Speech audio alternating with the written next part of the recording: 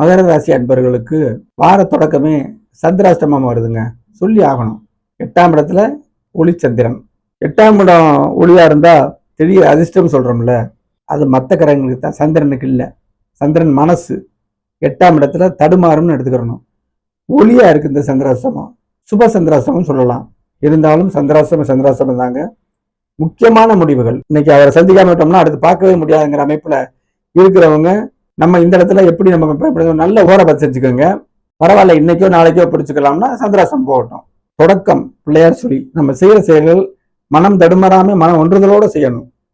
திருமணத்துக்கு சந்திராசம் ஆன் பண்ணி எதிர்பார்க்கிறோம், மனசு ஒரு நிலைப்படுத்திருக்கணும். இல்லைன்னா எங்கேயோ சிந்தனை போகும், நமக்கு தெரியாது.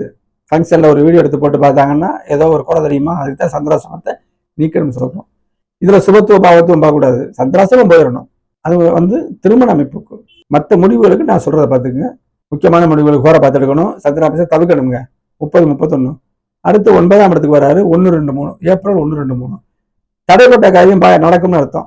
சந்திராசம் முடிஞ்சு எதுக்கு 9ஆம் இடத்துக்கு வருது? 9ஆம் இடத்துக்கு பாக்கியம், தெய்வ தரிசனம், எல்லாமே பாக்கியம், ஒளியா வருது சந்திரன். தடைப்பட்டது அந்த 9ஆம் இடத்துல சந்திரன் வரும் 2 நாள் நம்ம பயன்படுத்திக்கலாம். அடுத்து 10ஆம் இடத்துல வருவார். ஒரு தொழில் ஆரம்பிக்கிற எண்ணங்கள் வரும், தொழில் ஆரம்பிக்கலாம், எதிர்காலத்தில் ஆரம்பிக்கலாம், திட்டமிடலாம். சிறு வியாபாரிகள் கூட தொழில் சிறக்கும். ஆரம்பம் நல்லா இல்லை, இந்த வார கடைசியில தேவையான வருமானத்தை கடவுள் கொடுப்பார். இப்ப மகர ராசிக்கு ஜூன் மாதம் 2ஆம் தேதி கடகத்துல உச்சமாவார் குரு, ராசியை பார்ப்பாரு. சகல விதத்துல உங்களுக்கு முன்னேற்றம் உண்டுங்க.